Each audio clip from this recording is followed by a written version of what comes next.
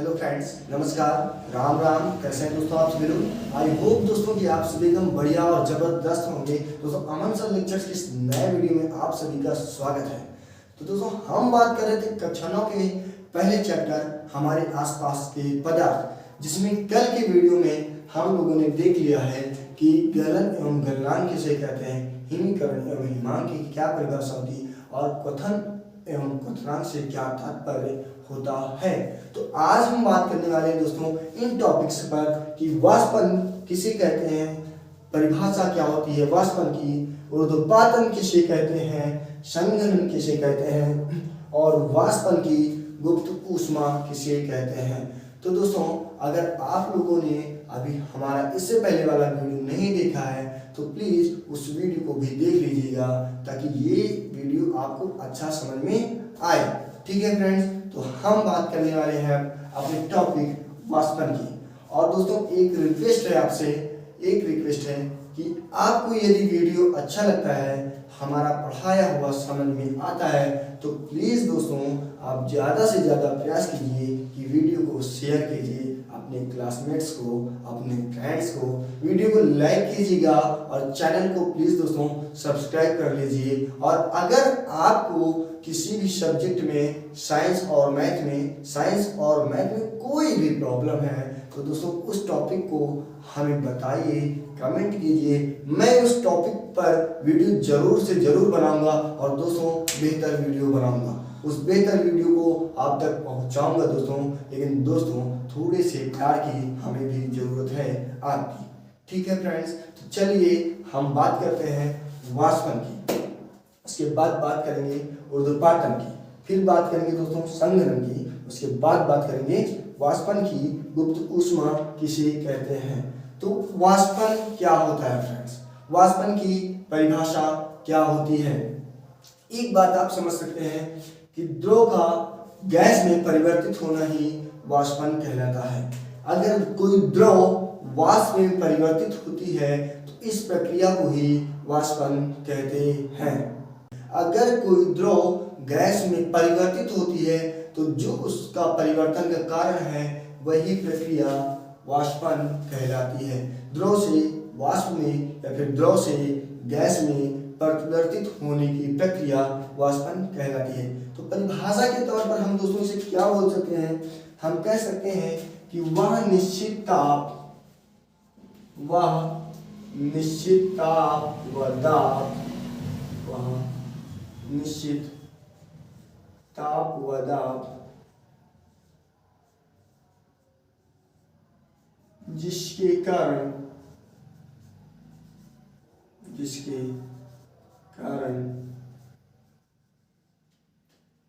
कोई द्रव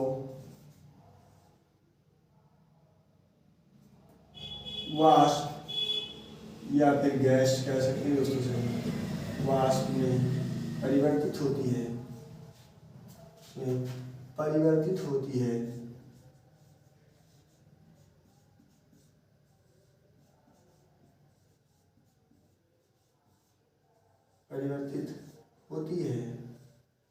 इसी प्रक्रिया को या फिर उस ताप व दाब को यही प्रक्रिया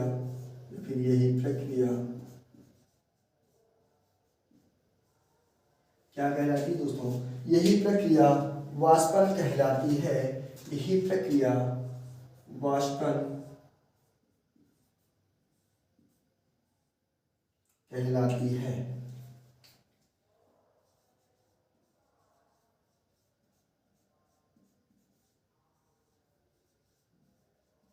तो सिंपल है दोस्तों, इसमें कोई भी बहुत बड़ी बात नहीं है या कोई बहुत बड़ी डिफिनेशन है। आप छोटा सा याद रख सकते हैं कि द्रव से वाष्प में परिवर्तित होने की प्रक्रिया ही वाष्पन कहलाती है। ये चीज़ें आप लोगों ने देखी होंगी भी दोस्तों, आप लोगों ने देखी होगी कभी सर्दी में या फिर जैसे कि घर पे हम लोग पानी को गर्म करते हैं तो आप लोग देखते होंगे इसमें से भाप उड़ता है। और या फिर सर्दियों में आप लोग तालाब के आसपास, तालाबों में, नदियों में देखते होंगे खासकर सर्दियों में कि वहाँ से क्या होता है, भाप निकला करती है दोस्तों। वो भाप ही क्या है, वाष्प होती है। तो दोस्तों वह निश्चित ताप व दाब जिसके कारण कोई भी द्रव हो क्या होता है, वाष्प में परिवर्तित होती है। यही प्रक्रिया वाष्पन कहलाती है। ठीक है दोस्तों, अब हम बात करेंगे दोस्तों ऊर्ध्वपातन की, कि ऊर्ध्वपातन कहते किसे हैं। तो दोस्तों ऊर्ध्वपातन की अगर बात करें, अभी मैंने कहा कि वह निश्चित ताप व दाब जिसके कारण कोई द्रव वाष्प में परिवर्तित होती है, यही प्रक्रिया वाष्पन कहलाती है। लेकिन दोस्तों ऊर्ध्वपातन में क्या होता है, ऊर्ध्वपातन में कोई भी अगर हम वस्तु ले लें तो वो बिना द्रव में परिवर्तित हुए सीधे ही क्या बन जाती है, वो द्रव में दोस्तों परिवर्तित नहीं होती, सीधे ही गैस का रूप ले लेती है। अतः दोस्तों मतलब कि हम कह सकते हैं कुछ ऐसे ठोस होते हैं, आपने ज्यादातर देखा होगा कि कोई ठोस है, मान लीजिए बर्फ लेते हैं, अब बर्फ को ले रहे हैं, बर्फ को गर्म कर रहे हैं, तो बर्फ गर्म होने के बाद अभी ठोस था और जब उसे हम गर्म कर रहे हैं तो वो जिस अवस्था में आएगी वो पानी बन जाएगा दोस्तों, वो जल बन जाएगा, मतलब कि वो द्रव अवस्था में आ जाएगी। तो अभी तक बर्फ क्या था, ठोस अवस्था में था, अब उसे हमने गर्म कर लिया, उष्मा दी और वो द्रव अवस्था में आ गया दोस्तों।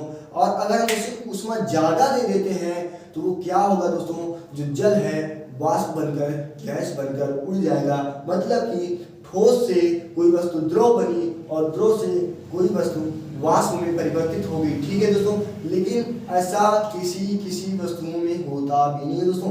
क्या होता है, कोई वस्तुएं ऐसी भी होती हैं जिनमें अगर हम उनको उष्मा देते हैं, उनको हम गर्म करते हैं तो वो द्रव में ना बदल करके, कोई ठोस ऐसे भी होते हैं जो द्रव में ना बदल करके सीधे ही गैस में परिवर्तित हो जाते हैं या फिर वाष्प में परिवर्तित हो जाते हैं।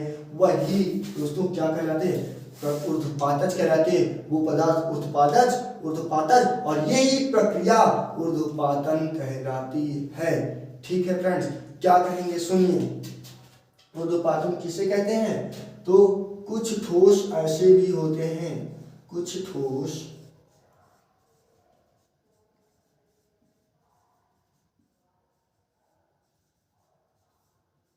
ऐसे भी होते हैं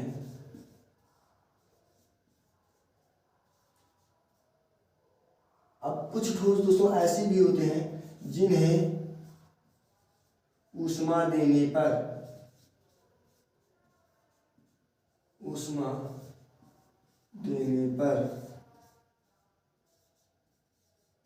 वे बिना द्रव में परिवर्तित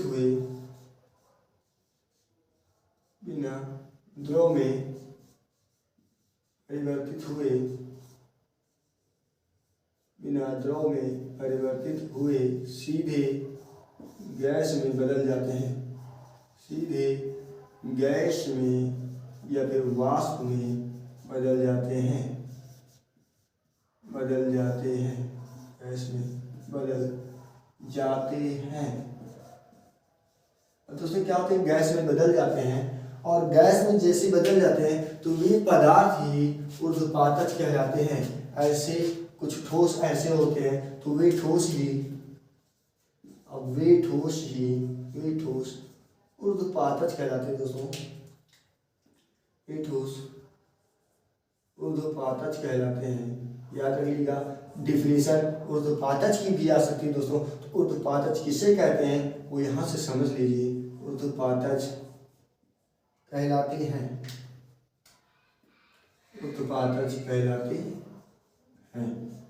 अब दोस्तों ये क्या कह रहा है, ऊर्ध्वपातज कह रहा है। कौन से पदार्थ ऊर्ध्वपातज कह रहा है दोस्तों, कि ऐसे ठोस जिन्हें उष्मा देने पर या फिर जिन्हें गर्म करने पर वे द्रव में नहीं बदले, अभी ठोस थे लेकिन ज्यादातर क्या होता है, अधिकांश दोस्तों क्या होता है, किसी ठोस को उष्मा देंगे तब वो द्रव में बदलती है और द्रव में बदलने के बाद ही वो वाष्प में भी रूपांतरित होती है।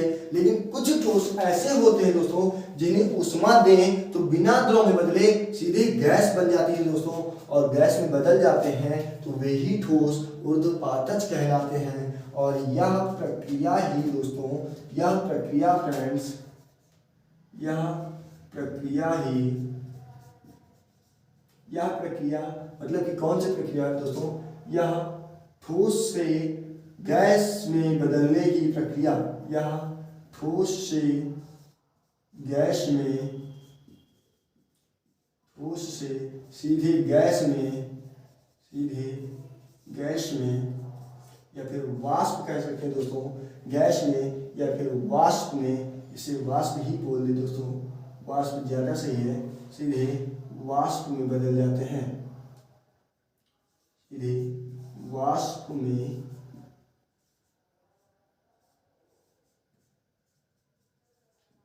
में बदल जाते हैं।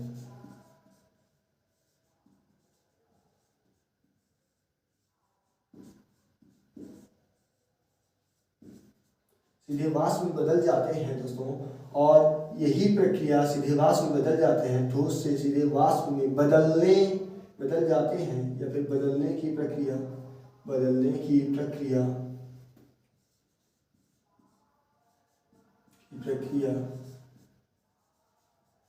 ऊर्ध्वपातन कहलाती है। ऊर्ध्वपातन क्या कहलाती है फ्रेंड्स? ऊर्ध्वपातन कहलाती है।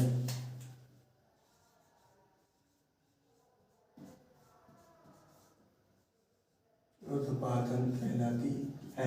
ठीक है फ्रेंड्स, तो ऊर्ध्वपातन किसे कहते हैं दोस्तों? कुछ ठोस ऐसे भी होते हैं जिन्हें उष्मा देने पर या फिर जिन्हें गर्म करने पर वे बिना द्रव में परिवर्तित हुए सीधे वाष्प में परिवर्तित हो जाते हैं, सीधे उड़ जाते हैं दोस्तों, गायब हो जाते हैं। ऐसे ठोस क्या कहलाते हैं दोस्तों? ऐसे ठोस ऊर्ध्वपातज कहलाते हैं। और यह ठोस से सीधे गैस में परिवर्तित होने वाली प्रक्रिया, सीधे गैस में परिवर्तित होने वाली प्रक्रिया ही ऊर्ध्वपातन कहलाती है। तो दोस्तों हम देखेंगे कि कौन से ऐसे ठोस होते हैं जो सीधे द्रव में न परिवर्तित होकर गैस में परिवर्तित हो जाते हैं या वाष्प में परिवर्तित हो जाते हैं। दोस्तों कौन से होते हैं, जिनमें से दोस्तों अगर हम बात करें दैनिक जीवन में हम उनमें से देखते भी हैं। क्या है दोस्तों?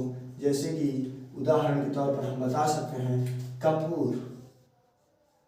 ठीक दोस्तों, तो कपूर आप लोगों ने देखा है, आप लोग जानते हैं कि कपूर क्या होता है। अगर दोस्तों हम लोग कपूर को जलाते हैं तो कपूर क्या होता है? ठोस पदार्थ होता है, वो जलता है, जब उसे उष्मा मिलती है तो वो जलता है, तो द्रव में नहीं बदलता कि दोस्तों कि वो द्रव में बदलकर बहता हो, वो बहता नहीं बल्कि वाष्प में बदलकर वो उड़ जाता है दोस्तों। तो एक ऐसा ठोस पदार्थ होता है कपूर जो बिना द्रव में बदले सीधे वाष्प में उड़ जाता है। ठीक है तो फ्रेंड्स, अब जैसे कि एक और एग्जाम्पल ले लेते हैं अमोनियम क्लोराइड का।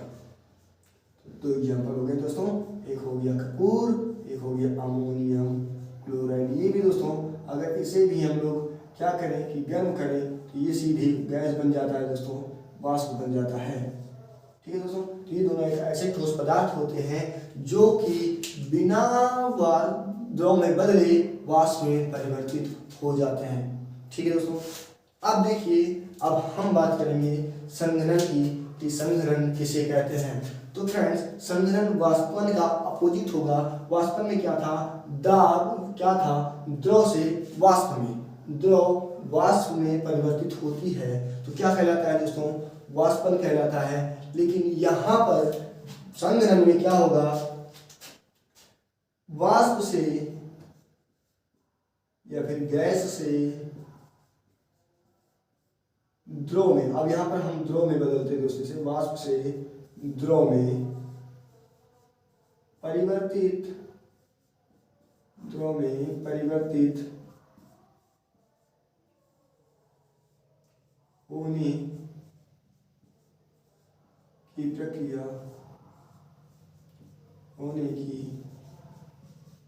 प्रक्रिया क्या कहलाती है दोस्तों? संघनन कहलाती है। क्या कहलाती है? संघनन। संघनन किसे कहते हैं? अगर कोई वाष्प या फिर कोई वाष्प या गैस द्रव में परिवर्तित होती है, कोई पदार्थ वाष्प से द्रव में परिवर्तित होती है, तो यही प्रक्रिया संघनन कहलाती है। ठीक है फ्रेंड्स, क्या कहलाती है? संघनन कहलाती है। समझ में आ गया होगा दोस्तों कि संघनन किसे कहते हैं? वाष्प से द्रव में परिवर्तित होने की प्रक्रिया संघनन कहलाती है। तो अब हम बात करेंगे दोस्तों कि वाष्पन की गुप्त ऊष्मा किसे कहते हैं। तो इसकी परिभाषा क्या होगी दोस्तों, 1 ग्राम द्रव को उसके क्वथनांक पर 1 ग्राम द्रव लेंगे दोस्तों, कोई भी द्रव हो, 1 ग्राम द्रव को उसके क्वथनांक, और क्वथनांक क्या होता है दोस्तों, मैंने क्वथनांक बताया था कि यदि इससे पहले वाली वीडियो में बताया दोस्तों, अगर आप लोगों ने वीडियो नहीं देखा तो प्लीज देख लीजिए उसे। तो क्वथनांक किसे कहते हैं मैं बता रहा हूँ कि क्वथनांक ये अगर हम कोई भी द्रव लगातार गर्म कर रहे हैं तो एक अवस्था ऐसी आती है कि वह निश्चित ताप आता है जिससे ज़्यादा उसे गर्म नहीं किया जा सकता। ठीक है दोस्तों, यही क्वथन कहला रहा था और वही निश्चित ताप क्वथनांक कहलाता है कि जिस निश्चित ताप से ज़्यादा इसे गर्म नहीं किया जा सकता किसी द्रव को, तो वही क्वथनांक कहलाएगा। तो दोस्तों 1 ग्राम द्रव को वाष्प में 1 ग्राम द्रव को उसके क्वथनांक में वाष्प में परिवर्तित करने के लिए जो ऊष्मा की मात्रा लगेगी वो मात्रा ही वाष्पन की गुप्त ऊष्मा कहलाएगी। ठीक है दोस्तों, तो किसे कहेंगे वाष्पन की गुप्त ऊष्मा। वाष्पन की गुप्त ऊष्मा थोड़ा ऊपर ले लेते हैं दोस्तों से, वाष्पन की गुप्त ऊष्मा, वाष्पन की गुप्त ऊष्मा, वाष्पन की गुप्त ऊष्मा किसे कहते हैं, तो क्या कहेंगे फ्रेंड्स, 1 ग्राम द्रव लेंगे दोस्तों, कोई भी द्रव, 1 ग्राम द्रव को उसके क्वथनांक पर, 1 ग्राम द्रव को उसके क्वथनांक पर, अगर हम 1 ग्राम द्रव लें दोस्तों, तो 1 ग्राम द्रव को उसके क्वथनांक पर, 1 ग्राम द्रव को उसके क्वथनांक पर वाष्प में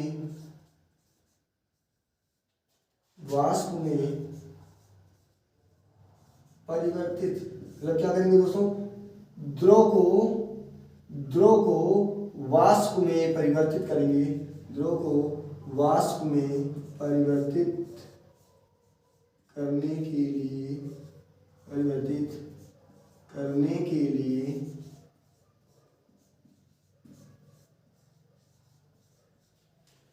अगर हम इसे दोस्तों वाष्प में परिवर्तित करने के लिए मतलब करेंगे तो करने के लिए जो ऊष्मा लगेगी, इसे वाष्प में परिवर्तित करने के लिए द्रव को उसी के क्वथनांक पर वाष्प में परिवर्तित करने के लिए जो ऊष्मा लगेगी, मतलब कि आवश्यक ऊष्मा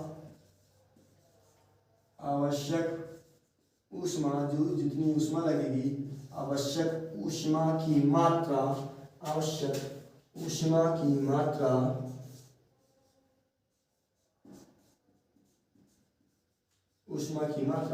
उस द्रव की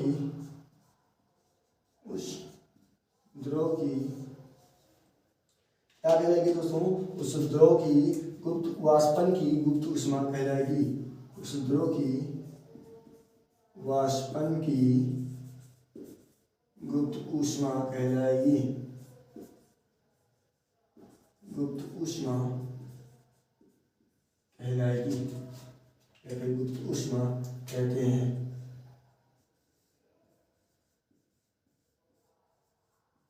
ठीक है दोस्तों, तो ये डिफिनेशन थी दोस्तों कि वाष्पन की गुप्त ऊष्मा किसे कहते हैं। तो फ्रेंड्स आज के टॉपिक में हमने बात की कि वाष्पन किसे कहते हैं। तो वाष्पन वह निश्चित ताप व दाब जिसके कारण कोई द्रव वाष्प में परिवर्तित होती है, तो यही प्रक्रिया वाष्पन कहलाती है। उसके बाद हमने बात की कि ऊर्ध्वपातन किसे कहते हैं। तो कुछ ठोस ऐसे भी होते हैं जिन्हें ऊष्मा देने पर वे बिना द्रव में परिवर्तित हुए सीधे वाष्प में परिवर्तित हो जाते हैं। तो ऐसे पदार्थ दोस्तों ऊर्ध्वपातज कहलाते हैं और वह प्रक्रिया या फिर वह कारण जो ठोस से सीधे वाष्प में बदलते हैं क्या कहलाती है, वही प्रक्रिया दोस्तों ऊर्ध्वपातन कहलाती है। उसके बाद बात की हमने कि संघनन किसे कहते हैं, तो वाष्प से वहां पर क्या हो रहा था दोस्तों, वाष्पन में द्रव से वाष्प में, और यहाँ पर क्या हो रहा दोस्तों, वाष्प से द्रव में परिवर्तित होने की प्रक्रिया संघनन कहलाती है। उसके बाद दोस्तों लास्ट परिभाषा जो थी जो है वाष्पन की गुप्त ऊष्मा किसे कहते हैं, तो 1 ग्राम द्रव को उसके क्वथनांक पर वाष्प में परिवर्तित करने के लिए आवश्यक जो ऊष्मा की मात्रा होगी उस द्रव की वाष्पन की गुप्त ऊष्मा कहलाएगी। ठीक है दोस्तों, तो यहाँ पर क्वथनांक क्या है, क्वथनांक की परिभाषा क्या है, क्वथनांक मैंने इससे पहले वीडियो में आपको पढ़ाया है, या फिर दोस्तों उससे पहले इसी से पहले वाले वीडियो में मैंने आपको हिमीकरण हिमांक भी बताया है, गलन एवं गलनांक भी बताया है, क्वथन और क्वथनांक बताया है दोस्तों। तो आप लोग वो वीडियोस भी देख लीजिए दोस्तों, क्योंकि हमारे आसपास के पदार्थ इस चैप्टर का दोस्तों मैंने एक एक परिभाषाएं आपको पढ़ाई हैं। तो दोस्तों आपको अगर वीडियो अच्छे लगे तो इन वीडियोस को शेयर कीजिएगा और लाइक कीजिएगा तथा दोस्तों चैनल को सब्सक्राइब कर लीजिएगा। हम फिर से मिलेंगे अपने नेक्स्ट वीडियो में दोस्तों, और वो वीडियो इस चैप्टर का द एंड वीडियो होगा। ठीक है फ्रेंड्स, तो आज के लिए बस इतना ही। जय हिंद।